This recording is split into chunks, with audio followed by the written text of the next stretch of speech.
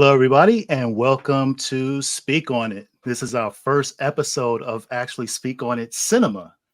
And today, in lieu of the celebration of Halloween, we thought it'd only be right that we actually do the most controversial remake that has many people talking, a lot of debates, and that is Rob Zombie's Halloween remake from 2007. And before we even get into that, I'm not alone. Who is here on this journey to deep dive into this world of horror with me is my lovely co-host. That's Irma. Say hello, Irma, to everyone. Hello, everyone.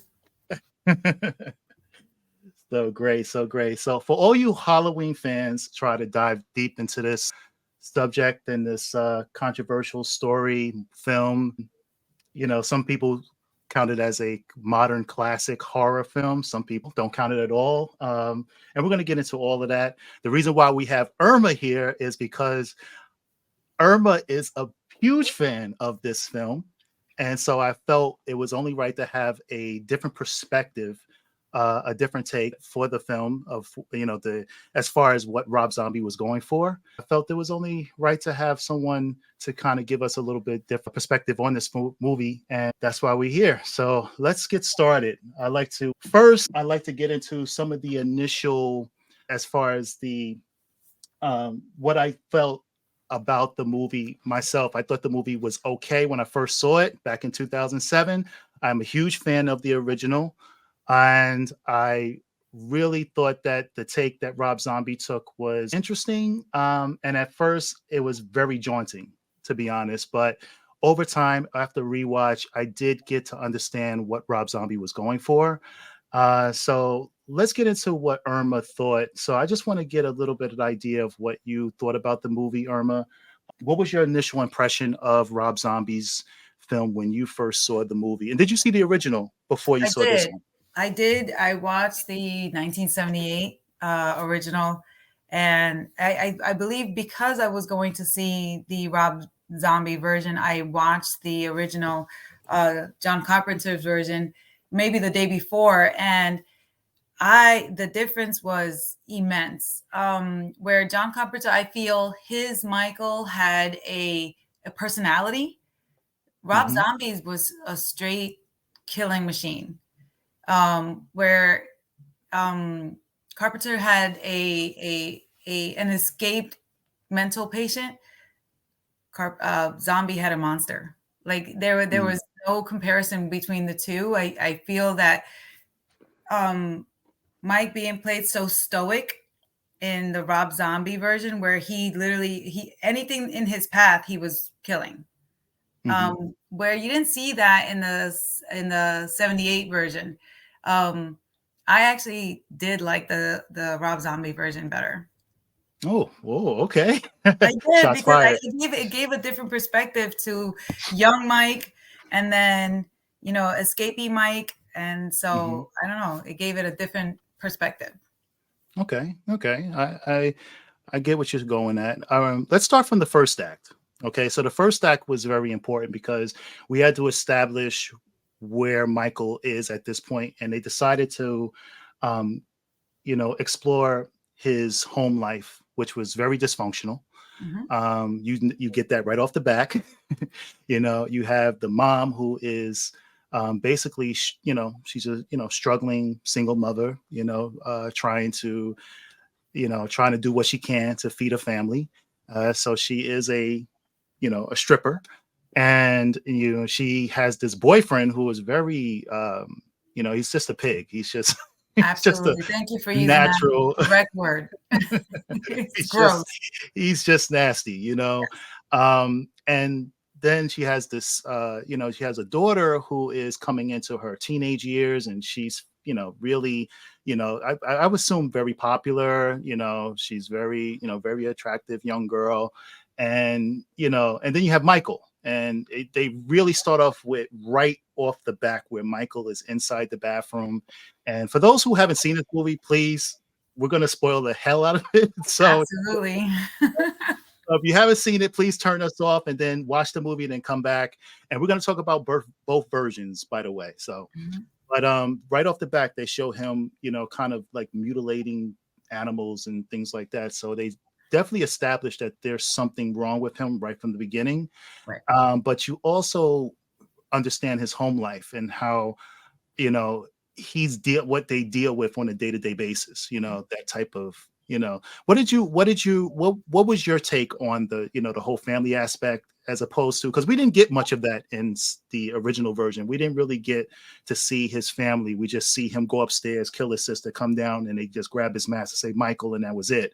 So what did you feel about them exploring the deeper, as far as the family dynamic in this particular story? I feel that because he actually took this route, although in the original Michael was 6 years old, in the zombie version he did look a little older than 6. It almost made you feel bad for Michael, where in the original version you kind of see this kid where you don't even see the kid until they take off the mask. You see his perspective is right through the mask, so all you see is Right. whatever he's seeing through the mask. I love that you brought up how he does have a very tumultuous home life, because and the one thing he wanted was to go trick-or-treating. Think about the difference that could have made had his sister taken him trick-or-treating. He True. waited for her. And this is Yeah. he already had that ire inside of him. He was already upset. You have this nasty man just being vile and vulgar and disgusting. His mom, who shows nothing but adoration and love for him and her daughter, Yeah. but he snapped, and the monster came out. Yeah, I like, what I did like was that we all know what happened. I mean, if anybody who's seen the Halloween films, we all understand what happens where he goes and he kills his sister. And I think what Rob Zombie wanted to add was say, okay, well, let's add the fact that he also takes out the stepfather. Well, not really a stepfather, but the mom's boyfriend, and also takes out his sister's boyfriend. And an interesting thing about it was that there was the one scene where, when he's sitting outside, because I like when you touched upon that he just wanted to go trick-or-treat. When he's sitting outside and he's sitting on the, because his sister was like, kind of like, shunned him off and went upstairs with the boyfriend, and he's sitting outside and he's watching all the families walk by the whole time, and he's seeing that, so it's interesting that what he would have probably became or not became because of those circumstances, but he was just completely tossed aside, called a bunch of names by the boyfriend, by the mom's boyfriend. And the fact that, that some said the candy corn, when he started eating the candy corn at the kitchen table, that made him snap. Well, I mean, who doesn't like wax flavored candy? It's okay. Yeah. I mean, there could be some truth to that. I don't know, but and then he goes and he takes out now my thing was, like, with the Ronnie kill, my thing was that he tied him up with the tape. Now Ronnie must have been heck asleep. He must have been drunk, passed out. Remember, he was drinking heavily and he was drunk, passed out. You know what? And also too, he's disabled, so he probably was popping pills and drinking. So that makes sense, because I'm thinking to myself, even the tape going would have woke me up. But yeah, but we talking about Ronnie, so okay, we'll let that go. So after that first kill, he waits for the boyfriend. The boyfriend walks by, goes downstairs, and he hits him with the aluminum bat several times. And then he goes upstairs to the sister. Now, the interesting thing about this is, when he goes upstairs to the sister, he takes off the clown mask and he puts on the mask that the boyfriend, he tries to say he wants to, have sex with the sister with this mask, and he uses that same mask to kill his sister with. So it's interesting that he switches, to this particular mask to kill the sister. And very brutal, the whole setup. And I like how they they had you sit with the kills. It wasn't like a 1, 2, 3 kill, then he just left. It was sort of like you know, when he blunged the boyfriend, you like you know, you was like, oh my gosh. Even though you didn't directly saw it, it was just like, wow, you know, it was very brutal. Well, So also what did you think? true to character for Michael, he lingers every time he kills. He kind of looks at his what he's done. He kind of stands there for a second. He looks. He's very Hmm. observant. If you know, if nothing else, if you notice, he'll sit there and watch, as opposed to other slasher bad guys. He actually pauses. He stalks his prey. Hmm. He stalks for a long Hmm. time, and throughout the 13 movies, the person playing Michael stalks the characters that he's chasing. So he's very observant, and you get a feel Hmm. for that. Him being a kid, he's kind of still curious about what he did or what he's about to do. So he stands Hmm. there, he almost pauses a second and then does it, Yeah. or then pauses after he's done it, almost observing, like this curiosity, almost satiating it, satisfying the curiosity that he had. I liked it. Yeah. Yeah.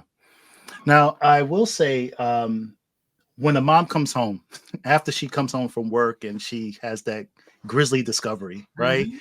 I mean, any mom would be, I mean, obviously, you know, would tear her apart, but she really was there for her son, Well, you what know? they didn't show in the first one is him bringing out his little sister. In Right. Zombie's version, he carries her outside and waits with her outside for mom to come, That's true. even though That's true. he's all bloody, but he's holding her when she comes. So we don't Yeah. see that in the original version. And I think Yeah. that also shows something, because I'm sure she doesn't, I'm sure he didn't explain why he did it, but I'm sure Hmm. she inside, she has to know something was up with Michael. You know what I mean? And the I living think, conditions were yeah, awful. I think she did. I think in some ways she just was like hoping that whatever it was just a phase or maybe something that was. But when the doctors, you know, when Dr. Loomis first comes to the school and he talks to her and he says there's, you know, he shows him the pictures of the dead animals that was Mhm, in his bag of all the animals he's killed. mhm, He's like, listen, like this is a warning, you mhm, know, this is something that's going to get worse if we don't do something about it. So it just touches upon so many different, you know, themes there as well mhm. that I think was pretty interesting. And I understand with the 78 one, it was just grisly to see that a little kid did something like that. So Right. back then it was like, oh my God, there was a little kid the whole time, even though Mhm, you kind of think that it's a kid, but then you say to yourself, wait a minute, and it's the reveal, like, oh mhm. my God, it was only 6 year old kid that did all that. Yep. But very interesting. So let's go to inside the sanitarium. The Now, this is first another time we get interesting. it is a good Yes. take, because we don't see Yeah. this in the first version, where Loomis is interacting with Michael as a child, and he Hmm. is speaking in the beginning. You notice that he doesn't stop talking until later on, but he is Hmm. speaking and he is wanting to go home, and he doesn't realize the ramifications of what he's done. Like, he doesn't understand that he can't go home because what Hmm. he has done is incorrect. This also goes to show, was he ever taught right or wrong? Is this something that, because of mom being out of, trying to support so much, everything that he saw or observed was not a right or wrong, but more of, is it right or wrong? So he's sitting there thinking, I did that, but I still get to go home now. Yeah. And he's saying, It's I yeah. just want to go home. And she's like, not yet. She's lying to him. She won't, no one's telling him the truth. You're not going Right. home. And this is a Right. really good take. And again, I think this builds empathy for Michael. Yeah. He definitely. You know, it's interesting because when he asks him about the night, he said, "Do you remember anything?" And he's like, "I didn't do anything. I don't know Mhm, why I'm being, you know, locked away. I don't understand." So he definitely disassociates himself from the events that occurred that, mhm, you know, that night. And it's interesting how, you know, when I would rewatch this movie, you know, he's like a very like sweet kid. You know, he's like, oh, hey, you know, and he's very, you know, very joyful and very, you know, in some ways kind. And then all of a sudden, it's almost like he turns into this like when they talk about the mask of Michael Myers, the mask of Michael Myers being white is the fact Mhm. that he becomes faceless. And I think that's what this character dives deeper and deeper into, like this faceless person, which is why he started creating all these masks in the first place. Right, he But does. it's yeah. Now I have to ask, what did you feel about Malcolm McDowell's version of Dr. Loomis? What did you feel about the way that he handled, and just so you guys, and just so everyone knows, he never watched the first movie. He never watched the movie at all. He just wanted to kind of do his own take. He didn't want to like mimic Donald Pleasance at all. So I just interesting to see what you thought about his version. Um, Not only did he have a good face to play the almost, and I don't want to call him the evil doctor because I don't think he was an evil doctor. I think he was a misguided person who thought that they can control something. Although he did say that Michael can never be let go ever. Like this is Hmm. and we all knew this from the jump that he was not going to ever get out. I think McDowell he just had the good face to actually play this part. It was a good antagonist face. Whereas the Hmm. 70s Loomis, what was the actor? I can't remember his name right now.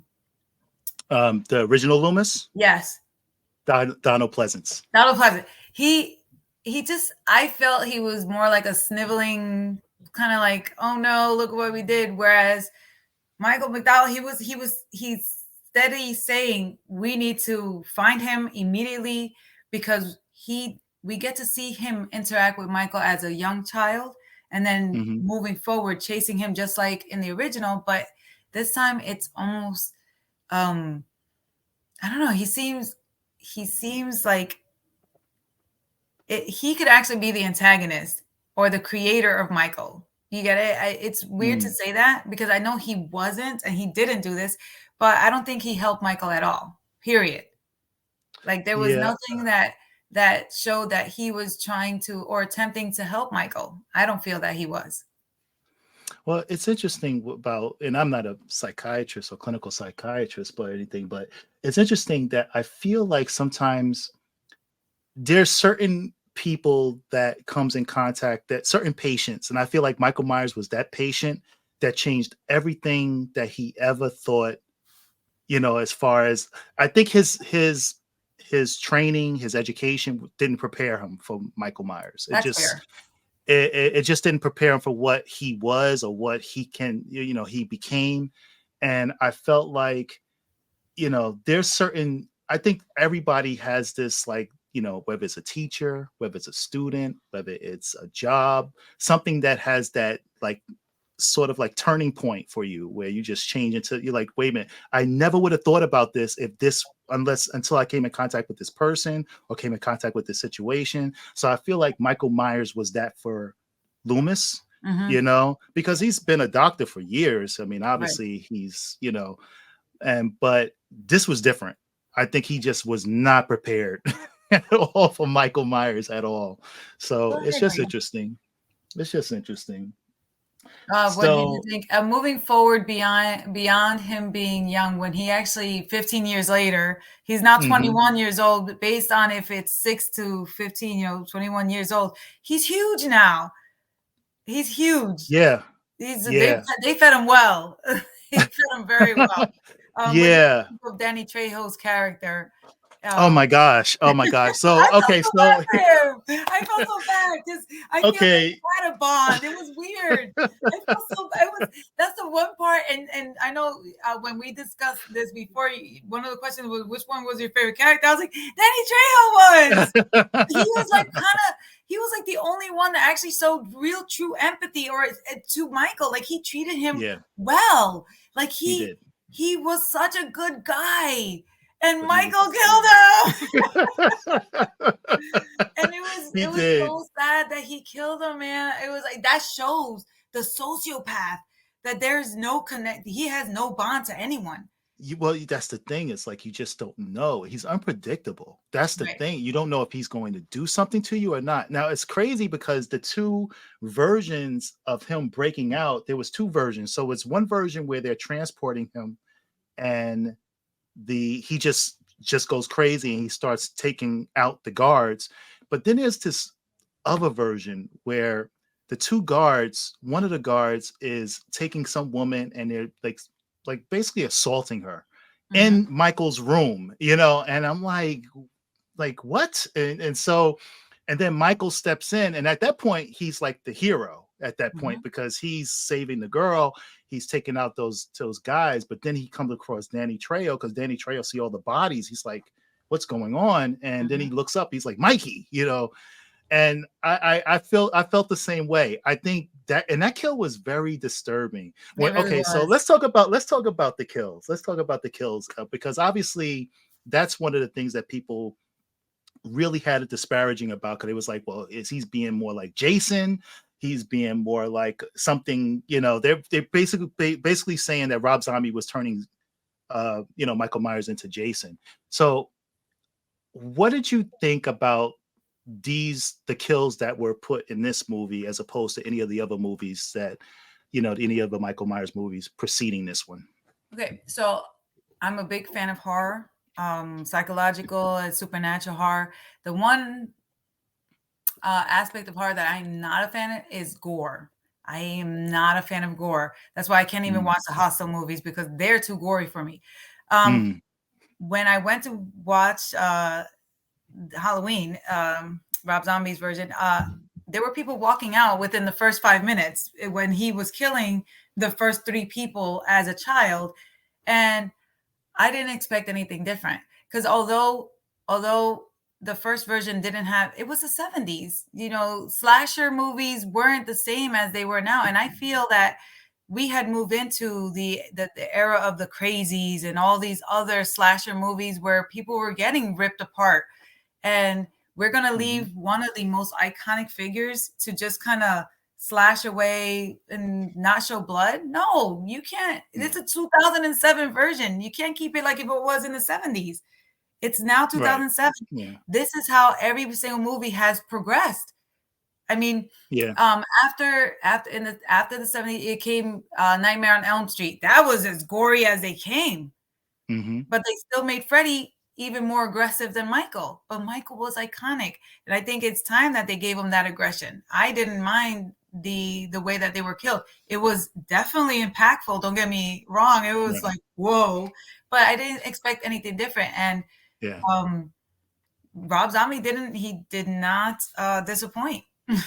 Yeah. Yeah. I think it's interesting because I feel like the original one was really trying to take an Alfred Hitchcock type of vibe, shadows and, Mhm, and suspense and all of that. So it didn't show too much blood, mhm, but it seemed like all the other horror franchises, because Texas Chainsaw came out before the original Halloween, and that mhm, was gory and then there was a few others. It was Last House on Your Left. mhm. It was I Spit in Your Grave. It was a bunch of them. And then Halloween comes and it's just scary, but it's not gory. There's no blood really. And I Right. think, I mean, obviously that was on purpose. They wanted to kind of make it in the classical type of, horror films. But then the second Halloween, when the one he's in the hospital, that one Mhm. they started sprouting out the gore because Friday 13th came along and kicked down the door with the gore. So they was like, no, no, no, no, no, no, no, no, no. You Absolutely. know, so they wanted to kind of match that. But I do think that this one, um, it when I rewatched this again, it's not as gory as I thought. I get people's mindset, but there's been other Michael Myers films that he's just as gory. Mhm, There's been the other, the ones with Danielle Harris when she was a, little girl. There was the mhm. other one, Curse of Michael Myers, where he did some really gory stuff. I mean, he killed a room full of doctors in that one. So I think that over time, Michael has stepped into the gory type, way of killing. But I do feel like, as far as kills is concerned, what was your favorite kill out of all of the kills that happened in this particular movie? Which one Oh, to come you on. It stood had out? to be stepdad. And even though he was a child, not stepdad, mother's boyfriend, even though he was a child, he was just gross. He Yeah. was just disgusting. And when he said that the daughter had a cute ass, I was like, oh, that's so gross. Like it was so skeevy to me. I was Yeah. literally skeeved out by this disgusting man. And Yeah. again, showing complete empathy towards Michael's lifestyle. Like you feel bad for the kid. And Hmm. no, would I ever say that they deserved it? Absolutely not. But that man, he came close. Like he Yeah. came Yeah. close. Yeah. Yeah. So I feel that satisfyingly good kill was that the boyfriend. I just couldn't. Wow. Okay. Okay. Okay. everyone Yeah. everyone else was almost consequential. Like you were in his way. Like that's literally most of them were like, yeah, you're literally in his way. Right. Right. I I thought long and hard about this one, but if I have to say one that was the most, I would say disturbing was the bully kill. The very first kill in the movie where he Oh, when he kills the oh yeah, bully that's in the right. in I the forgot woods. about that. I I it forgot that he went and he hit him with a shovel. That's right, in the yeah, forest. yeah, hit and just kept beating him. And Yes. it was interesting because the guy, I mean, the kid is actually the worst. He spits in the one kid's hat and throws it and all this stuff. Mhm. So he's obviously the worst, but you start to feel like, oh my gosh, like when the kid's crying on the ground and blood is coming out his eyes and Michael just keeps hitting him. I was like, okay, this sets the tone for the film. This Absolutely. was his first kill as a little kid because in the original we only see him kill his sister, but this was like something else, and I was like, okay, this is setting the tone here. I forgot about the bully kill. That bully kill was, That's the very first one we actually start the movie this way. That's right. yeah, That's yeah, it right. was it Wow. was really, really, really good. Now, I will say the most funniest kill was the guy in the gas station where he takes his clothes. That Oh, guy, he's like, I'm yes. John Grizzly, That was such a funny kill. I don't know why it was funny, but every time I watch that, it just makes me laugh because Not many people will it's actually a sit there and say that that was a funny part, Charles. it's just the way he made it sound like, yeah, I gotta pass this. He had this, because he's on he's in the bathroom and all this stuff, and Michael shows up and he's like with his feet, muddy feet on the butt. He's like looking at it like, what the, and obviously he's big as Michael. That's why Michael takes his clothes. But it was just interesting. And that actor, he was in so many movies. I think he was in Original Dawn of the Dead. Rob Zombie used a lot of people from other horror movies in this Mhm. one, like some really hard, like he had Dee Wallace from The Howling and E.T. He Well, his had wife is always in all his movies. Sherry Moon Zombie. She's the mother. yep. Yes. She's always, and I But think she's this is the classic first time she 70s played. though. She looks classic Yeah, 70s. She looks classic hippie. yeah, I love that he used her. Like she looks classic 70s. yeah. No, Like I think all perpetually 70s. yeah, no, she definitely had. Well, it's so funny because I think this is probably one of her most less weird roles out of Mhm, any role she's played, mhm. but she played it well. She played And it she well. plays in the second one that in the Halloween 2 that he also directed as well, Zombie. He had her in 1 and 2. Yeah, he did. Mhm. He did. Because she comes back as some type of spirit or something Yeah, she's driving in there. Michael or something like that. She's like in his head or something. So, Mhm. um, but yeah, so and then he had the sheriff who was Chucky. Chucky, he plays the That's voice of right. Chucky. So That's they had right. him. Mhm. They had a lot of people, Right. Danielle Harris, obviously, because she's in the Halloween franchise. She played Laurie Strode's I think daughter. she's actually in 8 of them. Yeah, 7 or 8 different ones. Yeah. she's horror. She's horror. She's a horror gem. A lot of people Mhm, like Danielle Harris. mhm. So, but all right. So we got to the favorite kill. Now we didn't talk about Laurie. We didn't talk about Laurie Strode. We did not talk about Lori. What did you feel about Jamie Lee Curtis's what's it? Her name is Scout. Oh my gosh, what is her name? I gotta look it up now. Her name is Scout. Um, to let me see. Um, I'm trying to see. Scout Um, Scout something was her name. Oh my gosh. Uh, Halloween Rob Zombie. So she is Scott Scout Taylor Taylor Compton. Compton. Yes, Okay, there she is. Okay, Scott Scott Taylor Taylor Compton. Compton. Okay, and so yeah, so she was interesting. Oh, let me get out of this version here. So she was interesting because she didn't want to play the bookwormy Jamie Lee Curtis version. She wanted to kind of have her own little take as well.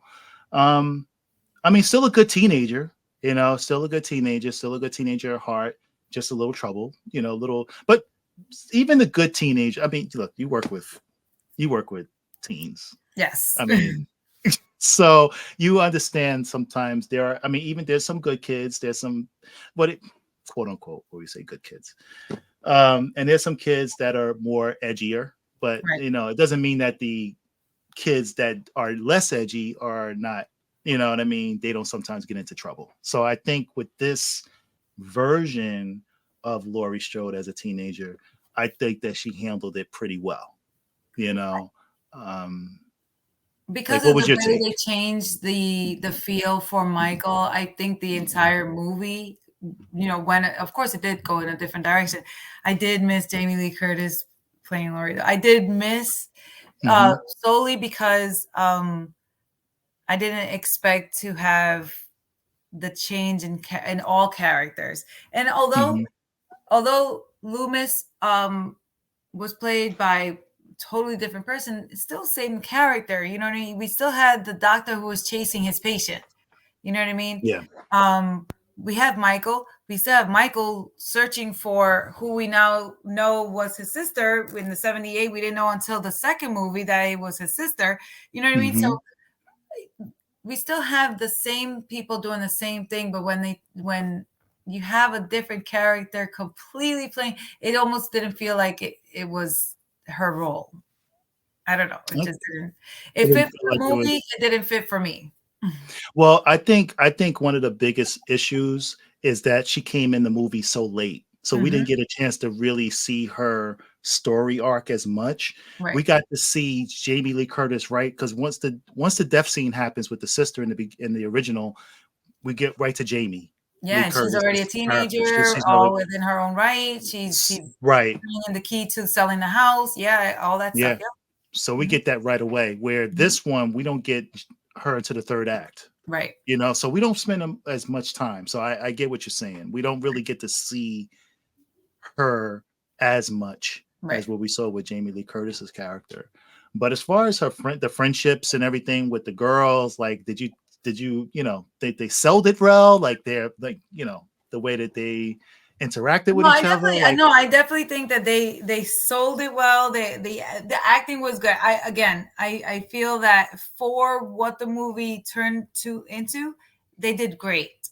Uh, mhm, did I like the character the way she fit in? It wasn't my favorite again because again, Loomis moving in, still playing the same character. Michael still playing the same character. People were still kind of moving within the same storyline, even right, even if slightly different, more aggressive.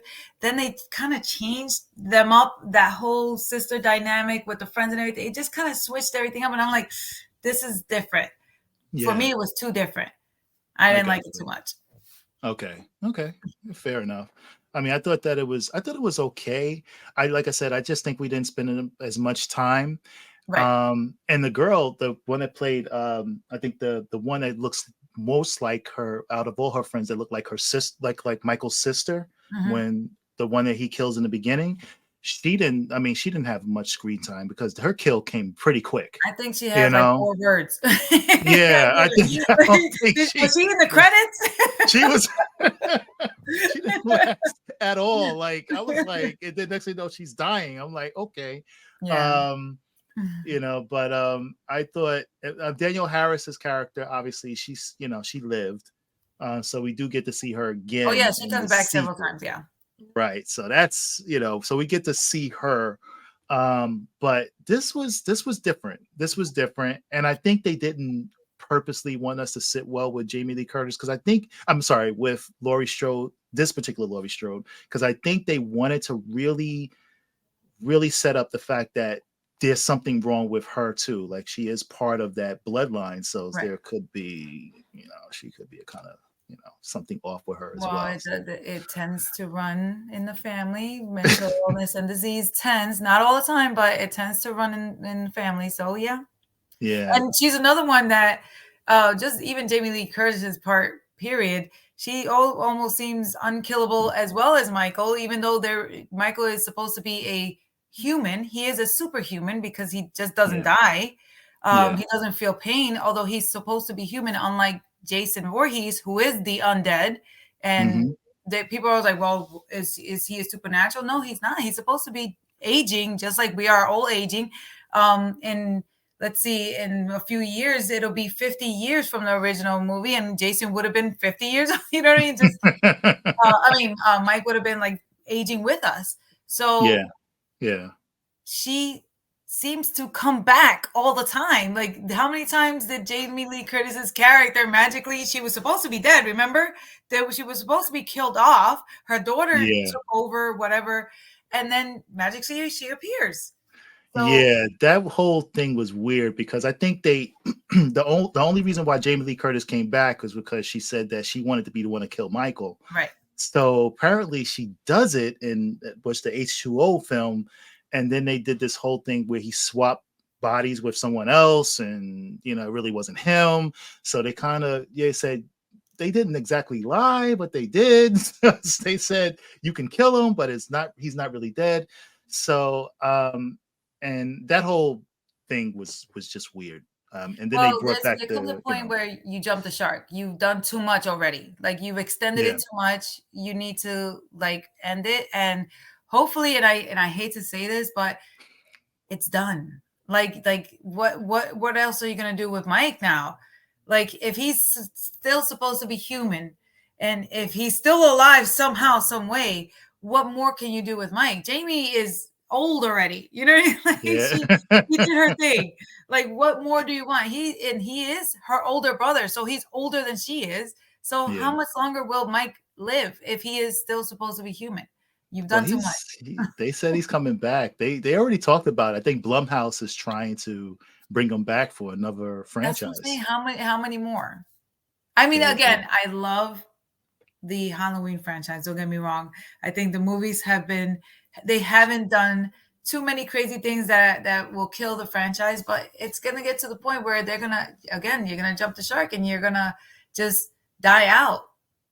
Yeah, yeah. I mean, I think they're our modern monsters. You got Michael, the Leatherface, Jason, Freddy, Candyman. Chucky. Obviously, they're like the monsters of the 30s with Dracula, Wolfman, Mummy, and all those guys, and Frankenstein, all those guys. So Mhm, they're our modern monsters, and mhm. I think as long as they're an audience, I think they're gonna still keep just making these movies. And there will always be an audience. There will always be an audience. Yep. Exactly. We get to express the monsters that we feel inside through watching them actually on the big screen. Yeah, exactly. Exactly. And the thing is that it's always something for the new generation because some of the new generation, I ask people, and some of them, they've never seen the originals. They never seen those earlier films. Oh So a wow. lot of them are seeing like maybe this one for the first time, the Mhm, Rob Zombie version, or the H2O for the first time. You know what I mean? Or whatever. So it's interesting that mhm. sometimes my first Texas Chainsaw movie was the one from 2004, the one with Jessica Biel. That's the first Texas Chainsaw movie I saw. I never saw the original, and then I did, but later I I was saw so the young. I yeah. was so young. I barely remembered it. All I remember it was scary. That's it. It was some man with a mask and a chainsaw. It was scary. That's it. And then when I saw it in Yeah, 2004, I was like, oh yeah, that's right. yeah, yeah. No, some people that's their first. times seeing this particular character. So I guess they're going to continue just making these movies and cranking them out. The horror genre has always been kind of like that.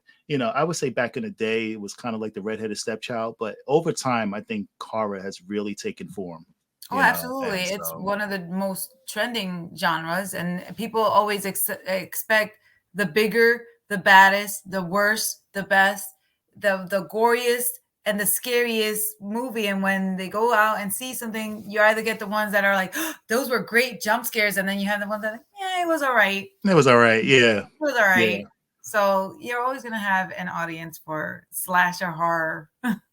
Now, what was the last horror movie that you seen that surprised you that it was good? The last one that Um, you've seen. I just recently watched The Exorcist. Um, Okay. The new one that just the came new out. one.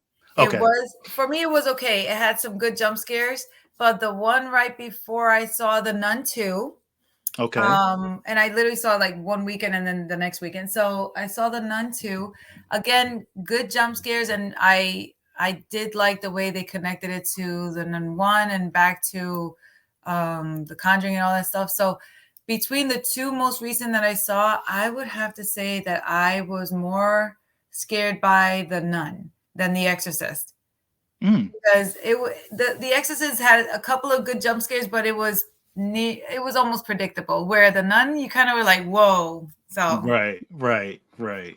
yeah. I got you. I got you. I think one of the more, I think, shocking ones that was pretty interesting was I recently, not recently, but I seen Wrong Turn, which was like a remake to the original Wrong Turns were like cannibalists. They were Yes. cannibal people in the mountains. Mhm. This one was different about this whole community built, and it was interesting because it had some themes about society and people that didn't want to adhere to what society and these people built their own community and but they had their own rules and things like that. So it was pretty interesting. Wrong Turn and the Terrifier, which I did manage to see the You Terrifier watched the too. original The Terrifier, the I original saw Terrifier? I saw the first one, and then the second one I seen not too long ago. The Okay. second one, Okay. and it was pretty brutal.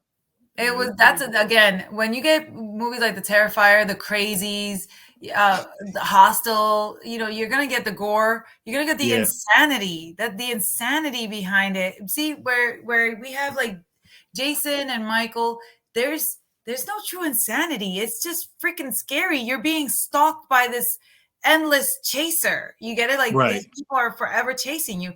Whereas you have the crazies and the terrifier is just the purpose is to be as shocking as possible, Yeah, and the gore in there, you have blood everywhere. So yeah. I feel there are two different types of horror, and I do like the slasher ones more than like the gore stuff, but the terrifier is pretty good. I do like it. It was pretty. I mean, there was some turn away points. And I Like I like was like, oh clowns, so man, come on, I do like stop, stop. clowns. So Yeah. I do like clowns. So Oh my gosh. But this was great. I love this. This was fantastic. And this is our first episode of Speak On in Cinema, So thank you, Irma, for being inaugural part of our first episode. episode. Yes, yes. And we're going to have more. We're going to be diving into sci fi. We're going to do other horror. We're going to do action. We're going to do martial. We're going to do it all. We're We going to got do to talk just about different. Godzilla. Now this Oh, it's coming oh, out soon. There's a yeah, new it is Godzilla coming. coming out. Yeah, we So definitely have to talk about Godzilla, yeah. So but thank you so much. And thank you guys for tuning in. And always a pleasure seeing you, Irma, and seeing you guys. And don't forget to like, comment, subscribe. And what do you guys think about Halloween 2007? Did you guys enjoy it? Did you guys love it? Did you guys can't stand it? Do you guys hate it? Do you guys now love it? Do you guys hate it now? Just give us the comments. I'm anxious to see what you guys think. Until next time, don't forget to speak on it. And bye bye for now. Bye. Thank you.